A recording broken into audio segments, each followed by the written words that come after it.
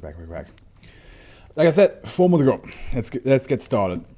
We have rerouting is our next one, which is it's wild to see how short this one is compared to what we just had. Keta, special containment procedures, news reports in all major towns and cities are to be monitored for. Is Howard still around, or did he fall asleep? Are to be monitored for missing persons that had recently or regularly used public transport. Agents are to be dispatched to high-threat regions on a semi-regular basis. All recently discovered SCP-2086 colonies are to be condemned and demolished with chemical explosives. Standard media suppression tactics are to be applied during this entire procedure. As of this writing, 5 specimens of SCP-2086 are in the Foundation custody. All specimens are stored in what had previously been an aircraft hangar.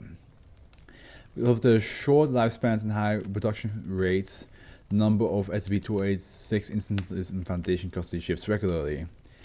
Terminated specimens formerly in Foundation custody are to be moved to a specialized cold storage container at site blank for study. Let me do a little quick test. Nene, are you there? Lynx, are you there? Sif, are you there? Let's see like who responds. Description.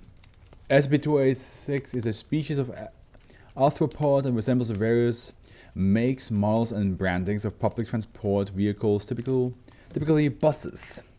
Mature SCP-2086 instances weigh approximately 17,000 kilograms, although this number can vary greatly.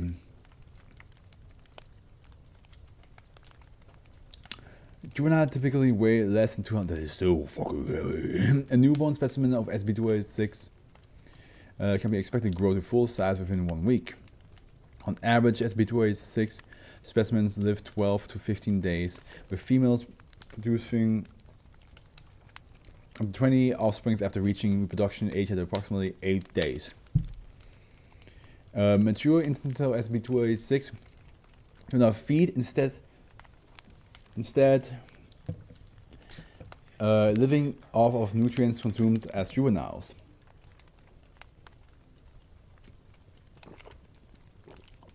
However, only mature instances of SCP-2086 display foraging behaviors.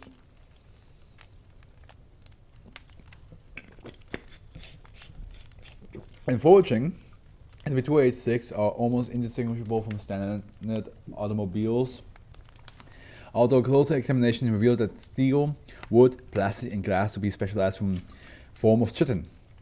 Other organs such as the heart, brain, and stomach are stored beneath the flooring of SCP-2086 in a chamber. I call arthropods, hell yeah. Yeah, nice. I'm not a big car fan, so I don't care about that, but it is a cool idea. A human corpse preserved in a... Where the fuck did a human corpse just come from? A human corpse preserved in a shellac-like substance typically serves as the decoy driver of wild SCP-2086 instances. Fibrous appendages protrude into the corpse. SCP-2086 instances use these fibers to manipulate the corpse, providing a more lifelike appearance. Is this boss gonna like pretend to be a normal boss so that people like step in and then that's how it eats? Or how like... Let's see. SCP-2086 instances can... Because it did say they eat nutrients consumed as juveniles.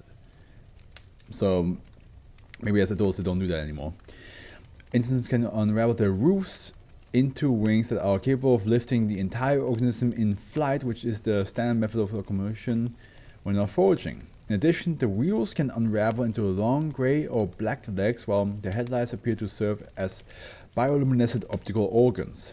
The appendages of SCP-2086 instances are abnormally apt at fine manipulation when compared to other species of arthropod.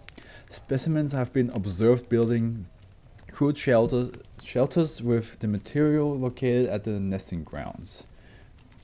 Car arthropods, hell yeah. Oh, that's there's that guy in it.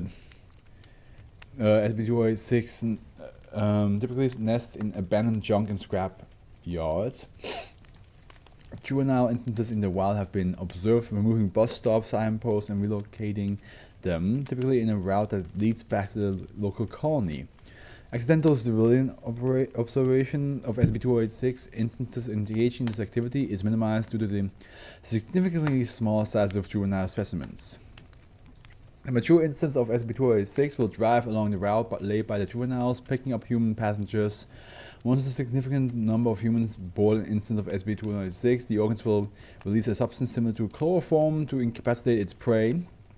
Upon returning to the colony, juvenile SCP-2086 instances will enter the mature instance internal chamber. Each passenger is then forcefully removed from the mature instance by the okay, so that is how they feed. The juvenile SCP-2086 instance will proceed to force the human through a sphincter located under the hood, linking to where the steering wheel and driver's seat is typically located in mature specimens. Once consumed, hair-like appendages attached to the driver's seat will pierce the trapped human's body.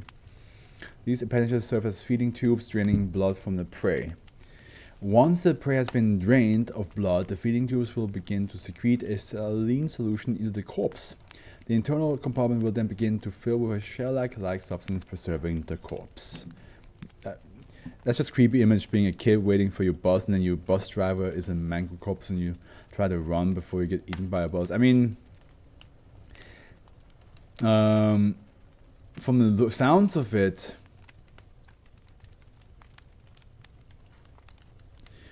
it doesn't catch humans. They just board it, because it does say once a significant number of humans board an instance. So it's not like the bus is like chasing you down and forcing you into it. You legitimately just think it's a regular bus. You enter it, sit down, and you're like, okay, let's get to work. And next thing you know, you fall asleep because there's a chloroform substance being sprayed. So you don't even know that happened to you, and you don't know that you're gonna get fed to a smaller version of same bus afterwards.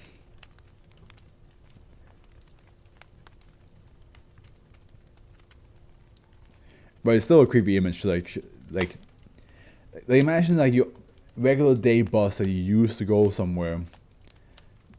Imagine just like suddenly like falling asleep, and like you wake up in the last moment seeing that some other smaller bus is just like with something like having legs, just like trying to like